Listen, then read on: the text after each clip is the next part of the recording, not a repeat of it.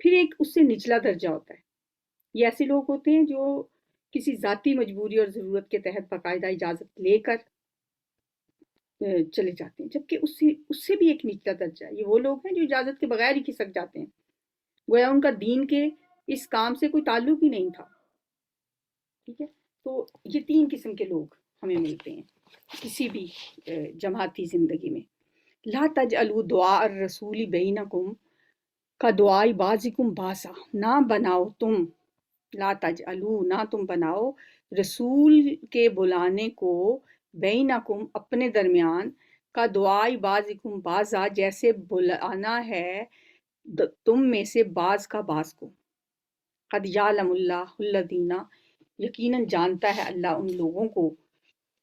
الذین جو یتسللون کھسک جاتے ہیں، منکم تم میں سے، لوازن ایک دوسرے کی آڑ لیتے ہوئے، فلیحذر اللہ، پس چاہیے کہ ڈریں، الذین وہ لوگ، یخالفون جو مخالفت کرتے ہیں، ان امرہی اس کے حکم کی، یعنی رسول کے حکم کی، ان تصیبہم فتنۃ کہ پہنچے انہیں کوئی آزمائش، او یصیبہم عذاب علیم یا پہنچے ان کو دردناک عذاب۔ لا تجعلوا دعاء الرسول، اصل میں لفظ دعا استعمال ہوا ہے جس کے دو تین معنی ہو سکتے ہیں۔ پہلے یہ کہ رسول کے بلانے کو عام آدمیوں میں سے کسی کے بلانے کی طرح نہ سمجھو، ایک تو اس کا یہ مطلب ہو سکتا ہے، یعنی نہ بناؤ تم رسول کے بلانے کو اپنے درمیان جیسے بلانا ہے تمہارے بعض کا بعض کو، یعنی رسول کا بلاوا غیر معمولی اہمیت رکھتا ہے، دوسرا کوئی بلائے اور تم نہ جاؤ تو تمہیں آزادی ہے، لیکن رسول بلائے اور تم نہ جاؤ یا دل میں ذرہ برابر بھی تنگی محسوس کرو تو یہ ایمان کا خطرہ ہے اس میں۔ دوسرا مطلب یہ ہے کہ رسول کی دعا کو عام آدمیوں کسی دعا نہ سمجھو، اگر وہ تم سے خوش ہیں اور تمہیں دعا دیتے ہیں تو تمہارے لیے اس سے بڑی کوئی بات نہیں ہو سکتی، اور اگر ناراض ہو کر بد دعا دے دیں تو تمہارے لیے پھر اس سے بڑی کوئی بد نصیبی بھی نہیں ہے۔ دوسرا مطلب اس کا یہ ہو سکتا ہے۔ تیسرا یہ کہ رسول کا پکارنا عام آدمیوں کے ایک دوسرے کو پکارنے کی طرح نہیں ہونا چاہیے، یعنی تم عام آدمیوں کو جس طرح ان کے نام لے کر اونچی آواز سے پکارتے ہو، اسی طرح رسول صلی اللہ علیہ وآلہ وسلم کو نہ پکارا کرو۔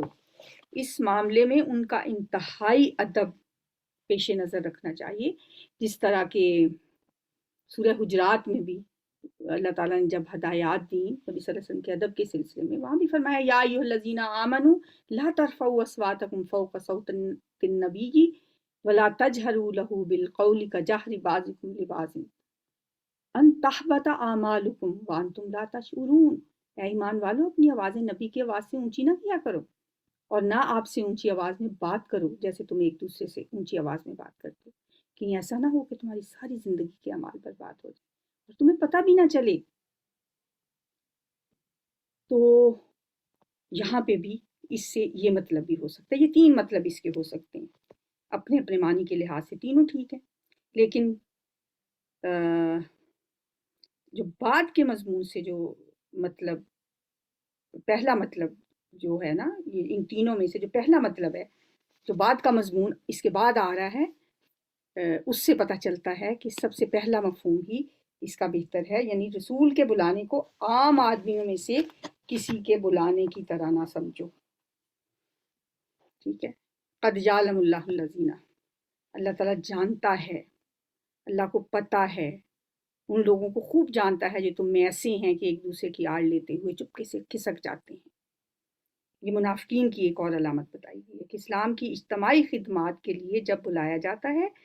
وہ آ تو جاتے ہیں کیونکہ مسلمانوں میں کسی نہ کسی وجہ سے وہ شامل رہنا چاہتے ہیں، لیکن یہ حاضری ان کو سخت ناگوار ہوتی ہے اور وہ کسی نہ کسی طرح چھپ چھپا کر نکل جاتے ہیں۔ تو اللہ ان کو بھی جانتا ہے تم میں سے جو ایک دوسرے کی آڑ لیتے ہوئے کھسک جاتے ہیں، بس چاہیے کہ ڈریں،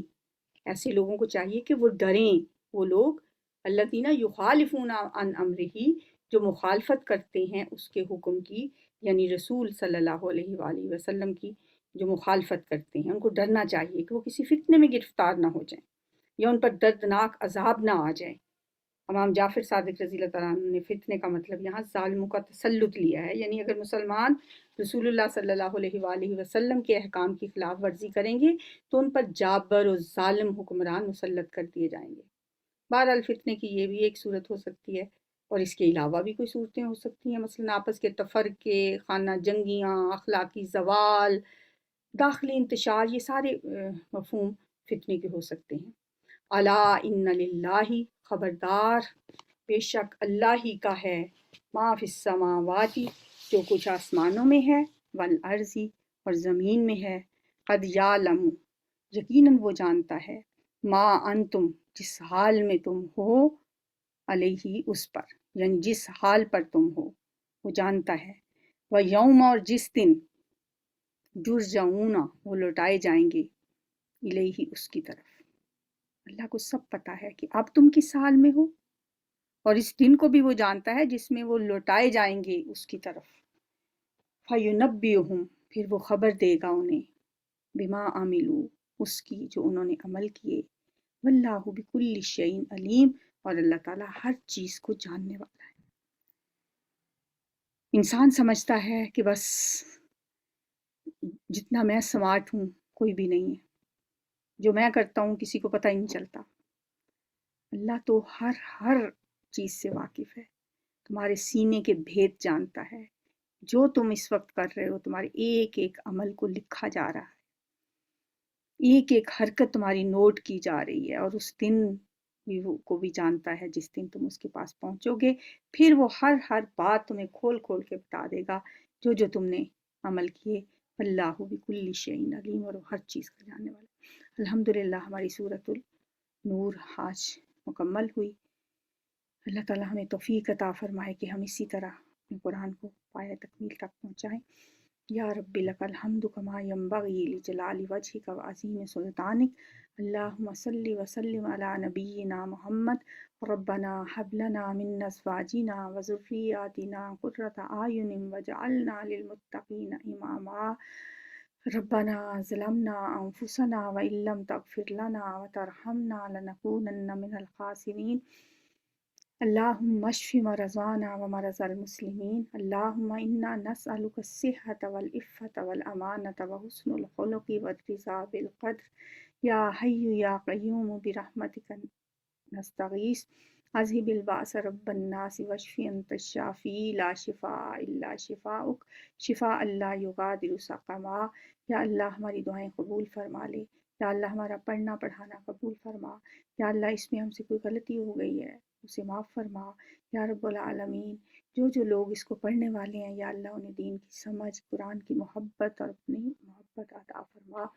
یا اللہ اپنی آخرت کے فکر کرنے والا بنا، یا رب العالمین ہمیں صحت و تندرستی والی زندگی عطا فرما، یا اللہ ہمیں کسی کا محتاج نہ کرنا، یا رب العالمین صرف اپنی محتاجی دینا، یا اللہ سب بیماروں کو شفا عطا فرما، جو دنیا سے چلے گئے اللہ کریم ان کی مغفرت فرما، اللہم اغفر لحینا ومیتنا وصغیرنا وکبیرنا وذکرنا وانثانا، اللہم من احییتہ منا فاحیہ علی الایمان ومن توفیتہ منا فتوفہ علی الاسلام، اللہم لا تحرمنا اجرہم ولا تذلنا بعدہم۔ یا اللہ جس نے دعا کے لیے کہا ہے سب کی دعائیں قبول و منظور فرما، یا اللہ